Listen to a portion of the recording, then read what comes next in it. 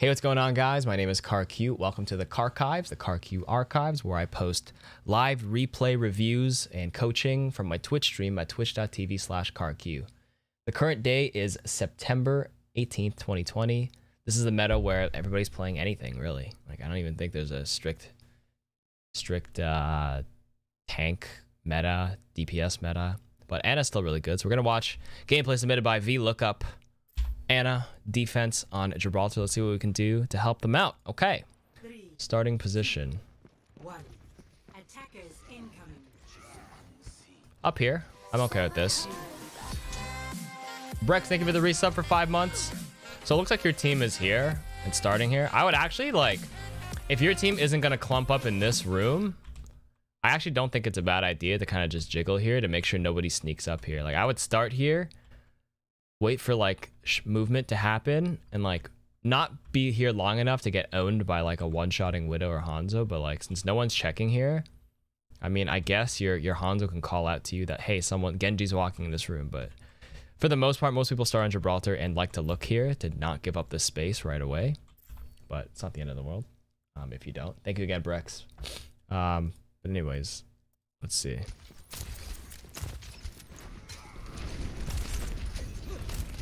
Okay, cheeky attempt on the sleep, cheeky attempt on the nade.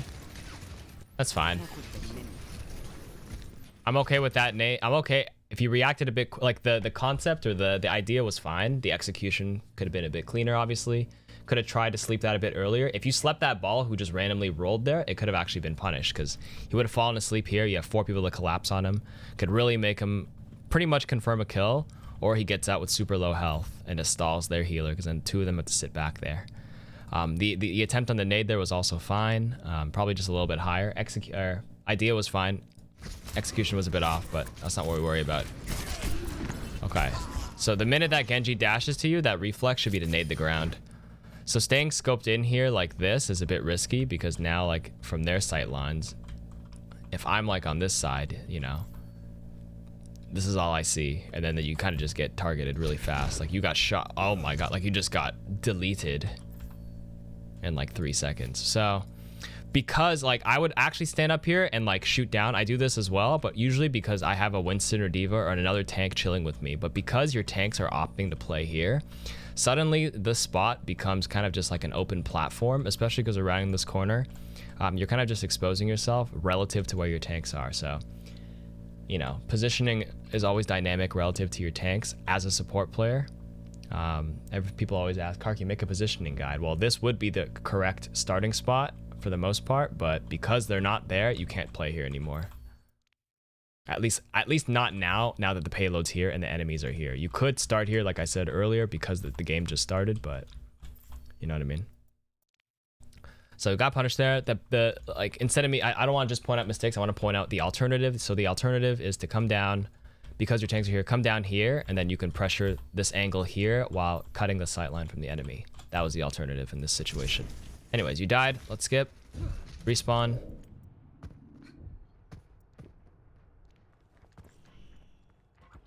Dude, when people watch this VOD and they just see the chat below, they're going to be like, wow, KarQ's stream just looks like... It's so spammy. How am I supposed to get coaching done? Unwatchable stream. His chat seems very lovely. In a sarcastic tone. Okay. So you're coming out here, healing around here. This is fine.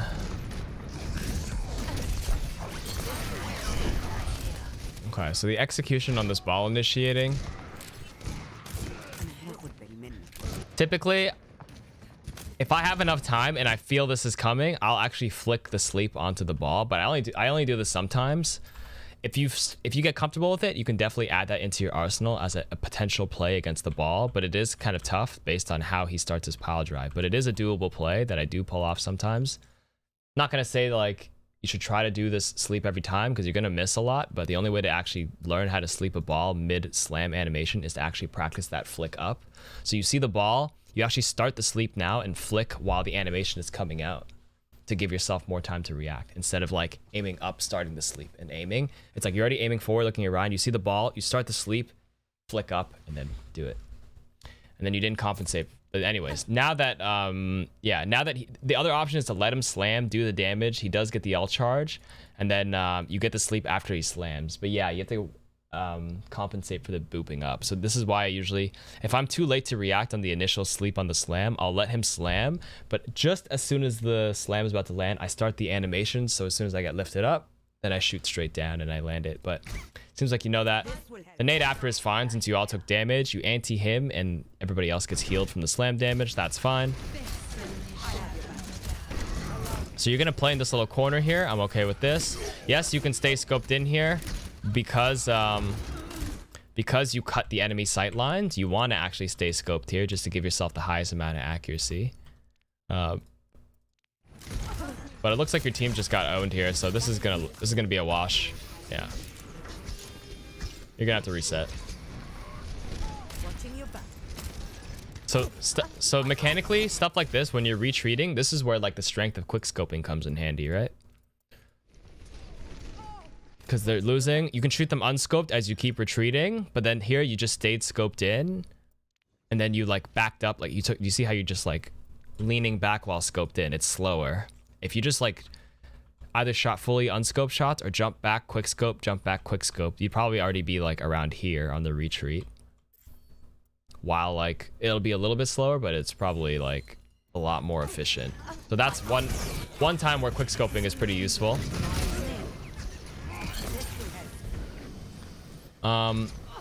Small mechanical thing, obviously after you sleep that ball, you can definitely do the shot before the nade. Nice kill there. Okay, so these team fights are clashing around this corner.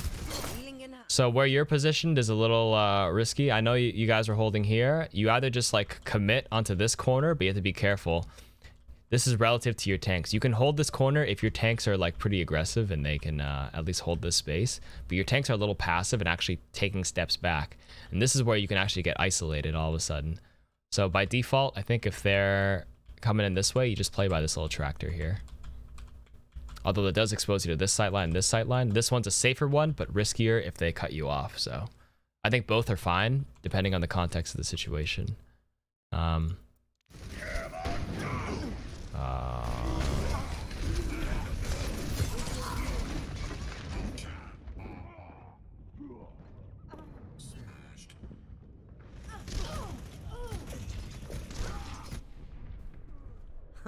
I've come back from worse. Get back in the fight. Would you not want to grab high ground? You could, but because like they're just retreating and the fight was breaking out, there'd be no time to come out there. Okay, so you made it out that left door. If you're gonna play here anyways, you might as well start top. What the hell? I just got endorsed. Easy. If you're gonna come down to here, you might as well just start here, stay here as long as you can. If they have sight lines on you, then you drop and play behind this to cut line of sight. Since you chose this door, you might as well hug this corner.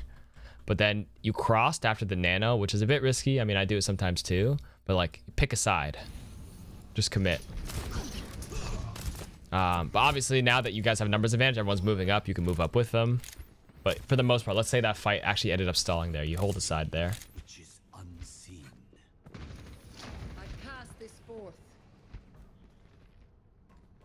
All right, so now you may be wondering, where can I play here? Now that there's downtime, you should be actually re-grabbing either high ground here or just maybe playing here and poke for your next nano. So sometimes I'll hop up this over here, just see if anybody's peeking. I'll just shoot a few times. Or like I said, up here to start. Just start here, and if you need to drop, you can drop, right? You have the option of staying up or dropping. If you're already on the ground, you have no option of getting back up, and your only option is to stay here, right? So at least if you start up, you can at least go down if needed. If you're already down, you can't go back up. So either take the stairs, or if you know the cheeky jumps, you can jump here. You can jump here on this wheel, slide around here, and jump to this part. Then jump here, then jump on this part. And then you can make it back to high ground. It's a bit of an advanced jump. It's in my spot video. It's actually pretty easy to do once you get the hang of it. Just with the crouch, you'll be fine.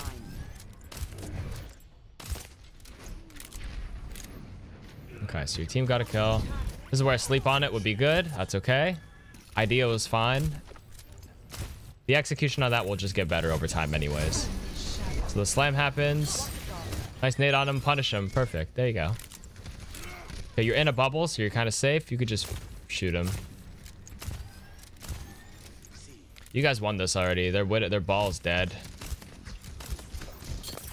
I like the cheeky angle. That shield's broken. You have to try to sleep that. Never mind. You got grabbed. So many things happening.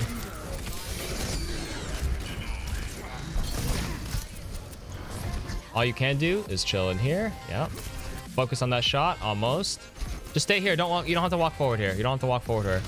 So because the fight's already breaking out, just chill in this room.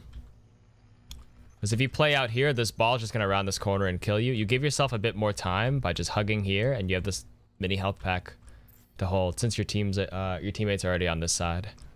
A lot was happening there. There's probably a better way to efficiently deal with this. I'll explain it in a moment. Zach P. Babin, thank you for the prime. Welcome to the KarQ community. Thank you very much. Thank you.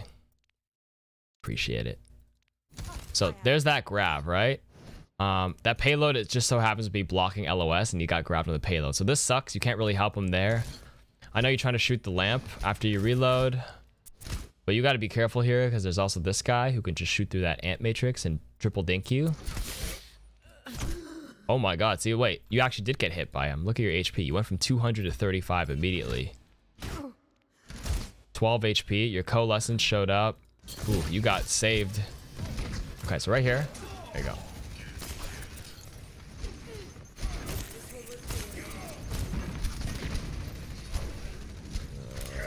This is fine. A little early. I think you jumped the gun on the nade there. I think you're trying to look for the Rhine, right? I can see your idea. Nice attempt on the shot here. Yeah, you just stay back here. You just stay scoped in if needed and just fire away. I know you see the nade and you want to go for that Rhine, right? Okay. As long as your idea was the Rhine, I agree with it. Because if you landed that nade, he actually would have died. And you wouldn't have had to sleep him because he would have died first. But anyway, see how this ball jumps for you? You get the mini health pack. Nice job.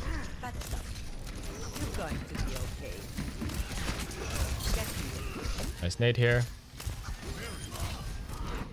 I think you guys win. You guys already killed 3. So it's just a ball. Call to your team to help out. Hello, team. Nice. Shoot first before you nade, always. It's free 70 damage, right? Unless the target is really far and you sleep them here. I've explained this before. Let's say you sleep a target like on these stairs here. This is the only situation where I wouldn't shoot first because the shot will come first. This is where if they're slept this far, I would chuck the nade first. So that travel time for the nade can give me time to shoot an unscoped shot. Then the unscoped shot and the nade should meet around the same time. Then you do the last one as a scope shot. But for like a target this close, you should always like unscope shot into nade or something just to get more damage into him. It'll help you with your ult charge as well. How often do you do these VOD reviews? 50,000 stream points. I do 1 per stream. A lot of people have built up enough points for it. So thanks for subbing. You're going to start earning Q points that you see on the bottom of the chat. 50,000 in stock, or 50,000 points, and you can redeem 1. Tinkle Bottom, thank you for your prime as well. Anyways, this ball ends up escaping. He wouldn't have died anyways because nobody else followed up on your team, but always something to remember is Ana. After a slept target, usually you want to shoot nade. Unless they're really far, then you aim the nade, then shoot after. But anyways, you're gonna have to look to Nano here. So this ball's behind you in an angle ready to initiate. So you guys have to be the playmaker. Don't let him initiate on you like this. I mean, obviously it's on the tanks to do it, but like you as a support, the only way to kind of like encourage your tanks to do it first is to Nano this Winston before he asks for it, because you can see this ball is waiting and ready, and like your tanks aren't actually, they're giving them all this space to come up here, which is going to spell trouble for you guys. So this is where like I would probably just Nano the Winston earlier just to kind of get the ball rolling. That's what I think that's what ML7 calls a validation Nano, which is much more important in ranks below like Diamond or Platinum. Platinum and below, since intuitively a lot of tanks don't play like, not to say correctly, it's all relative to the skill rank, but they don't play with the idea in mind of spacing and all that kind of stuff, right? So I would have totally nanoed the Winston or the high energy Zarya. I mean, you healed this guy as you went for the arrow. I know that wasn't intentional. But it looks like you guys win, and it looks like you guys do hold them off, but it's scary because you let the enemy initiate into you. I feel like mostly high elos or pro players know how to actually react, strategically let the enemy players come to you and deal with their like initiation. But most solo queue teams actually lose when you let the enemies dictate the pace.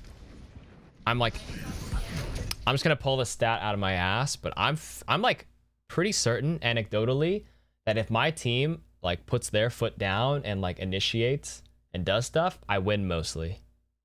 And if my team lets them lets the enemy team if my team lets the enemies come to me instead, and it gives them like all the angles and stuff they need to initiate their push, I usually end up losing. So that's where like you as an Ana, what can you do in those situations? Sometimes like you saw my games today, my tanks were just getting rolled a lot of times. Like it was my fault too. I was missing some sleeps when needed, but you could just see like the pacing of the game. If they have if they're there first and they're just dictating everything, we just lose. So this is where, as an Ana, I would just go for like aggressive nanos just to make my tanks wake up and go.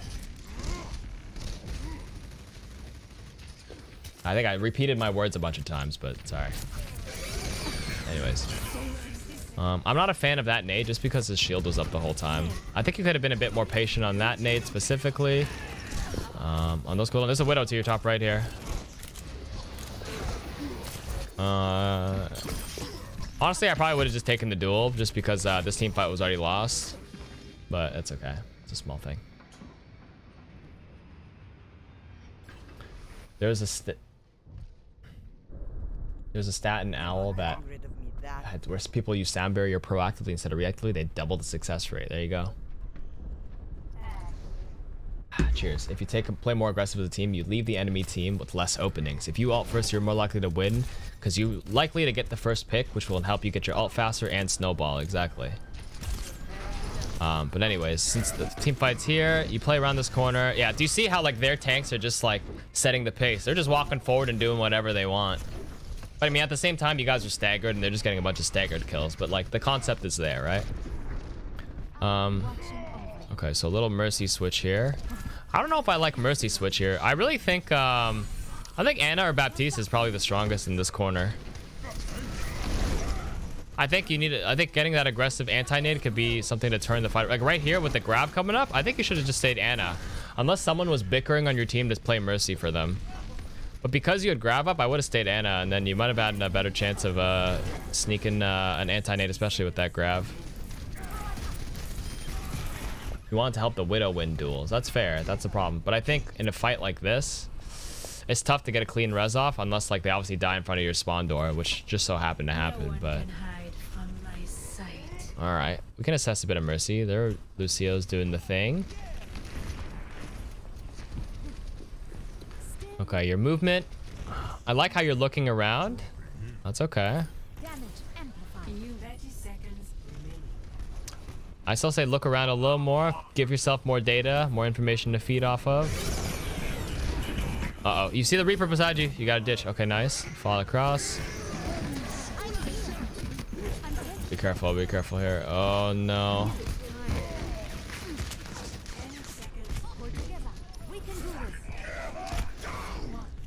You have a slow sense, by the way. It looked like it took you a while to 180 turn. Score 0-3. Okay. I have an idea of how you play, but let's watch a little bit more, and then I'll give you a little TLDR summary. For these ones, I'm just kind of like pointing out like those situations where alternative options in those situations to hopefully remember. Let me see. Some Mercy. Okay, I know you're trying to help the Widow win duels, so you're kind of pocketing her.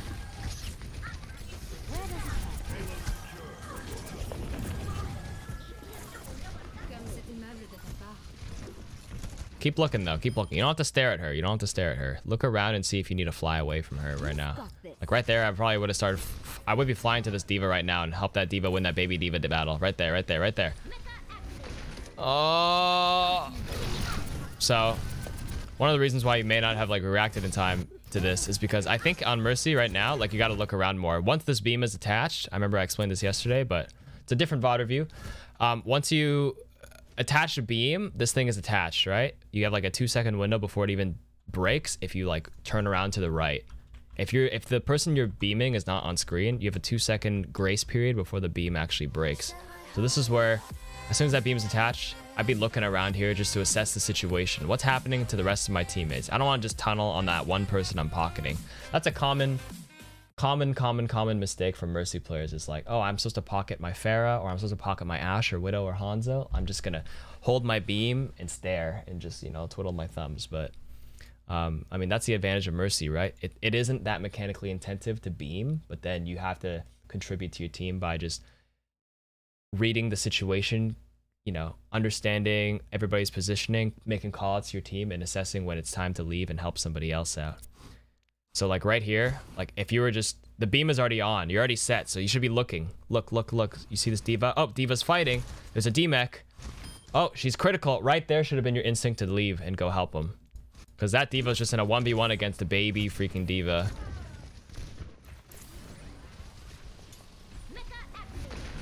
Right? And I think she ends up dying, right? Oh, survives just in the nick of time. But that D.Va should not have been able to remech.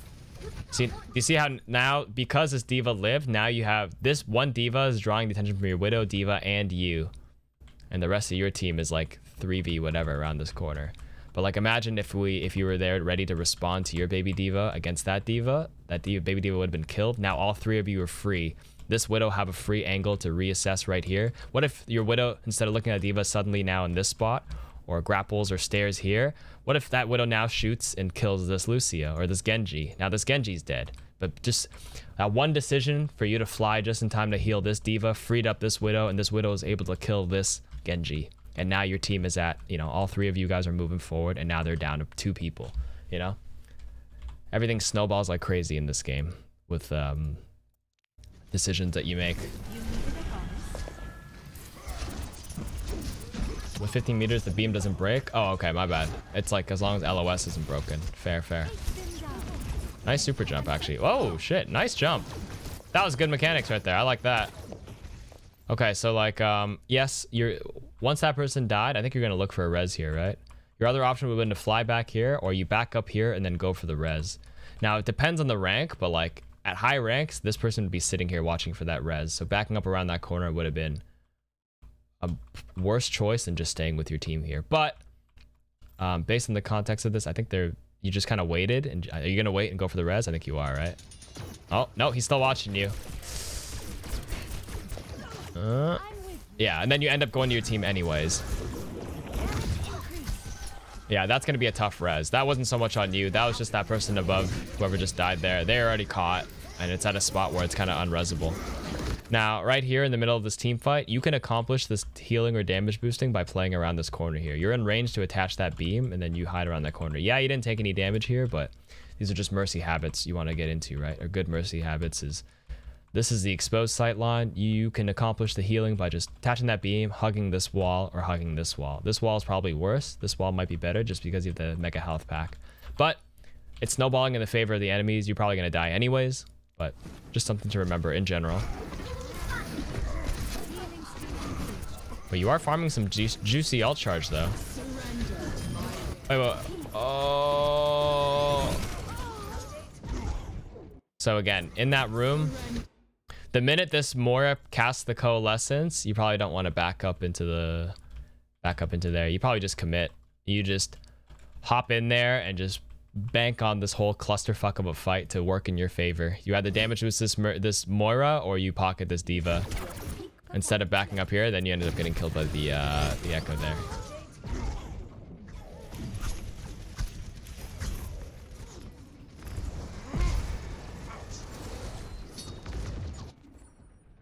Back in the fight.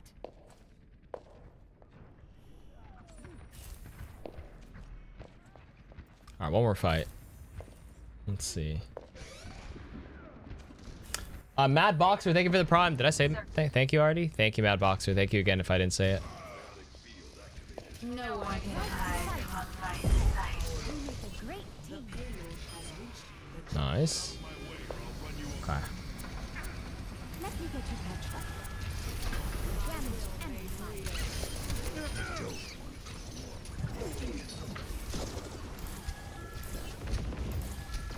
Okay, so I know you're kind of following them because they're trying to get staggered kills, but the whole concept of playing behind walls still applies for the most part, even if you have like a distinct numbers advantage. Like, if I were you here, I would probably still like, this is fine, this is fine. I would probably just stay right here. Right here. In this spot, alternatively, like instead of like moving up past this line. As long as I'm still in range with the beam. And this would definitely still be in range of the beam. 100%, right? Like, right? Instead of putting yourself here, you can still stand here and keep that beam on that soldier. And, you know, minimize that risk against you. Yep, that beam can still stay on him. That still stay on him. And then you pop out here to the left. Right? This wall corner would serve the same purpose. And it gives you a fallback of flying to your diva a lot quicker if necessary. You know what I mean? But because, like, let's say all of a sudden somebody focuses you and you're in danger. Now you have to go back around this corner and then find the widow or the diva to fly to. As compared to already being in a better spot to begin with. Giving yourself less time, or you don't have to take as long to find someone to retreat to, and you're already cutting off sightline. So you're probably not going to get focused anyways because you started here. Let's get you back. And this guy's getting focused. You go heal. Yeah.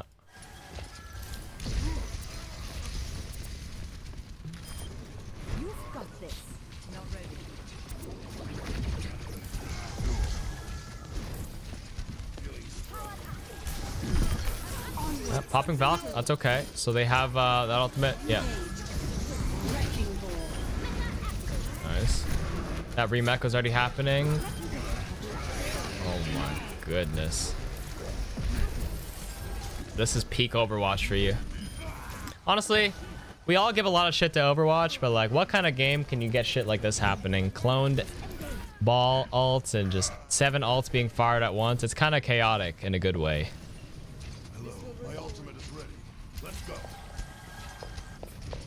TF2, I guess. Anyways, that was a good Valkyrie. You did your job there. Got the attached beam.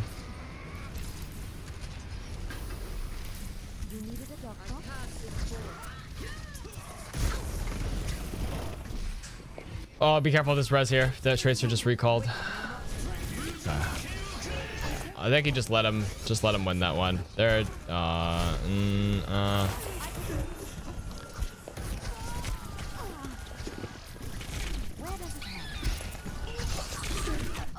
Okay, whatever. You have Valkyrie for next fight. All right, one more team fight, and that would be about it. This tracer killed you for the next 4 minutes. So what can you do as Mercy to kind of deal with it? Honestly, not much, which is why I like Mercy in small doses. Sometimes I'll just feel so helpless if that's actually like the case. Oh, you switched to Brig. All right, I'll watch one Brig team fight.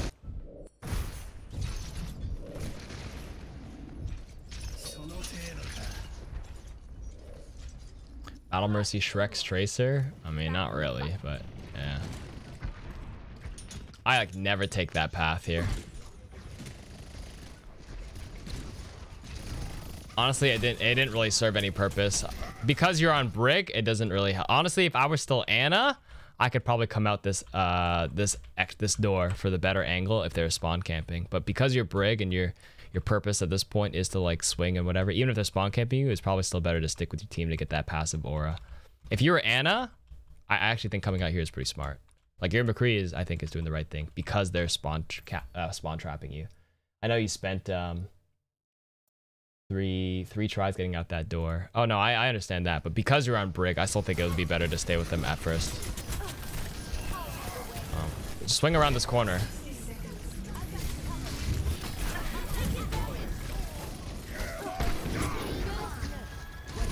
Thank you, pop your rally here. Go for that boop right here. I think you can whip shot a lot more. It's a 4-second cooldown. Oh shit. Next one. Really quick, really quick. Let's see. Alright. Oh no. Missed the whip shot, but that's okay. There, shield should have been up the minute you got focused.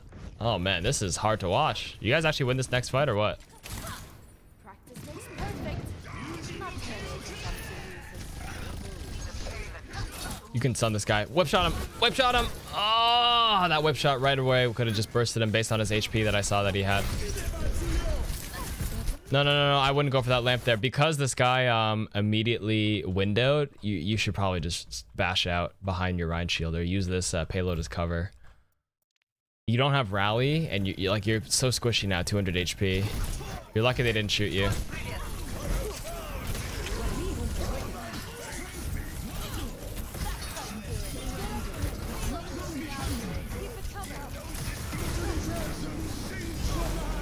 Whip shot him. I think whip shot's 4 seconds, so like there's so many instances where you can just randomly whip shot and it would already come back by the time your next one's up. You've already lapped like 4 different whip shots that I've seen. 3, 2, rally's good here. Right there, it's a whip or bash swing. Okay, you got him. Nice whip there.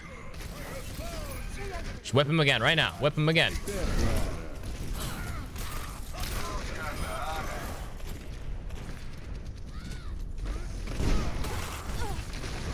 Shield that. I don't know how comfortable you feel on Brig, but I actually thought you looked a lot better on Ana as compared to them. Ooh. All right. Basic summary of your Ana, Mercy, and Brig. Okay. Ana, mechanical rotations for your abilities would be to every sleep target you had, like I said, you could definitely go for the shot before the nade, especially on close sleeps. The sleeps in the ball were pretty good. Your idea was there a lot of times, but you missed a bunch of them. Those can be cleaned up just based on anticipation, more so than mechanics. If you anticipate them coming, it'll be a lot easier to hit those. Number 2, I think movement-wise, it looked... Wait, no, I didn't finish mechanics. Sorry. The next thing was quick scoping. I don't think I saw you quick scope very much. I think you can add that aspect to your game. Now, when is the right time to quick scope versus unscope versus fully scoped? Quick scope is like every time you need to reposition or move around and need that extra mobility, you could definitely go for those. I don't think I really saw very much of it in your gameplay. For example, there's that time where you're retreating, like quick scope might have been appropriate there to kind of reposition while still like putting something out. Like there's still some output on your shots. Number 2, so we talked about your movement, the abilities and the quick scoping. Number 2, I think your movements, you could definitely add a bit more randomization into your Ana movement as well. A little bit more strafing, a little bit more dancing, a little bit more crouching. And number 3, your default positioning, I'm not really a fan of. I think if you put yourself in a better starting position in a lot of these fights, it'll just inevitably allow you to do a lot more just because you're less at risk, and it gives you a chance to stay fully scoped in without being punished.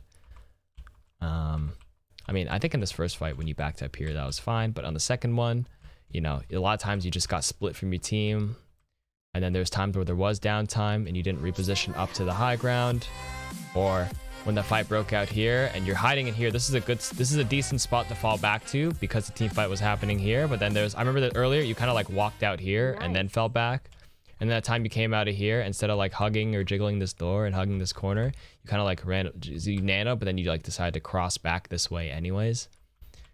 I mean, nobody's gonna play perfect, but those are just some situations where, just some examples. Walter, thank you for the 26 months, man. So that's basically the Ana stuff. Okay, and then Mercy. I think you could definitely just look around a bit more.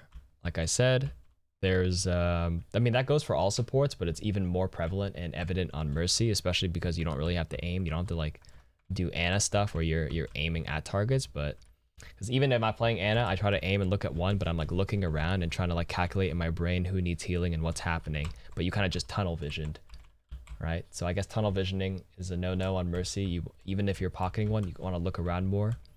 Add to that sort of game sense, be aware of all your surroundings, being able to recognize that, oh, a duel is happening here, let's go support this duel, instead of just sitting here damage boosting a Widow.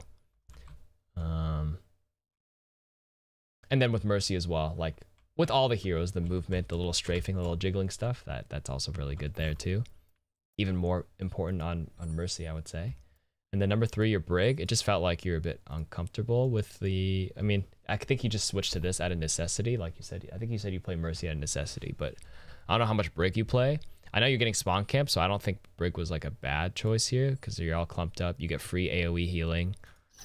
I think you could definitely whip shot a lot more on Brig and just understanding when to shield. Like there's times where you just walked up and you just got blasted by a Tracer, or you walked up here and you just get owned. Brig is 200 HP now, right? So she's so darn squishy. Definitely the one way to handle that is to just play around corners. If you're ever going to round a corner, you hold your shield up if possible.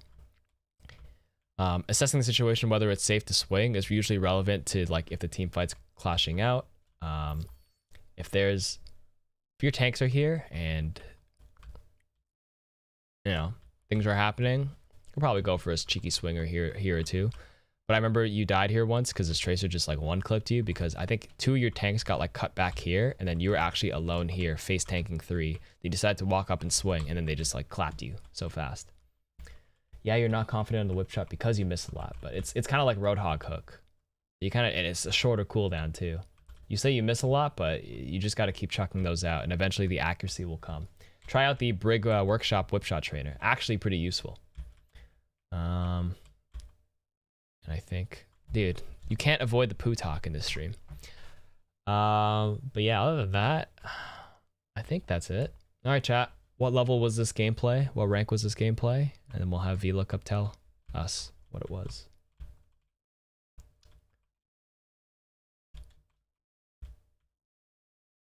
Also, if you have any other questions, VLOOKUP, ask away.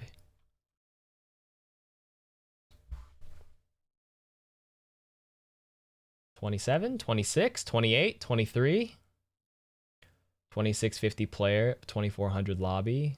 Interesting guesses. Very interesting. How much longer is stream? I don't know. Maybe not too much longer.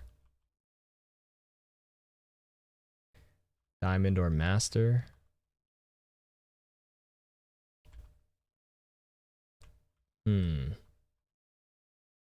Are we doing guess the SR? Yeah, I was gonna say guess the SR of the player that we just reviewed.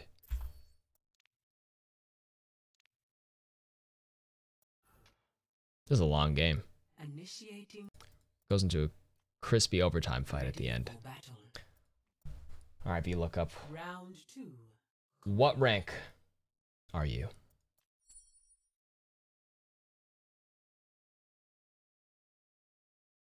For this game, 2656 plat, but I was grouped with gold, so the team was mix of plats and golds. Peak 2800. Okay. Well, now that I know your rank, like I thought your aim itself on Ana was fine, but like I felt like the other aspects of your mechanics, like your movement and your relative starting positioning, is like the biggest thing that might be holding you back right now. It just doesn't feel like as fluid. Your movement is very linear. That could be one aspect to improve on as well. Damn, you're 6 SR off. That was a good guess. Bomb too. Wow, good stuff. Walter White, thank you again for the 26 months. Okay. Do you have any other questions, VLOOKUP? That's pretty much the review.